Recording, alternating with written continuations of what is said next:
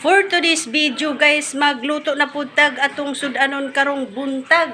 Kaya nga atong oras alas 7 na pasado. Mao lang ni. Atong sudan karon buntag, itlog nga gitorta, parisan og buwat. Ti ara guys, ato nang giluto.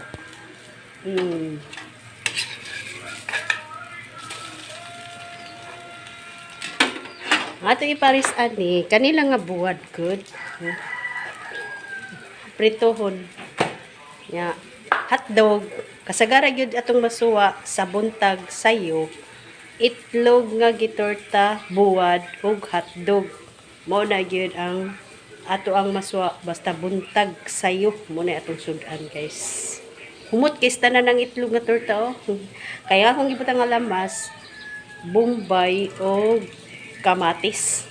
Ang bombay mo ay pinakahumot pag isagol nimo sa itlog. Diyan na luto na. Dali ra kay tanan. Easy to cook ra na siya ang sudan sa bunta guys. Lagto kog dili humot ang buwad. Unsay nga naning buwad nga kanang imbison tuyo. Buwad nga imbison. Tara guys oh. Oh. Tuyo na tamban. Tamban di ay ang ngalan aning buwara kay daghang kay himbis.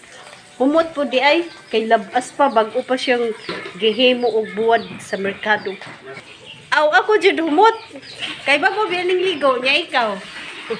Bitaw, doon kaligo na kay nataligsikan ra ba in taon ka.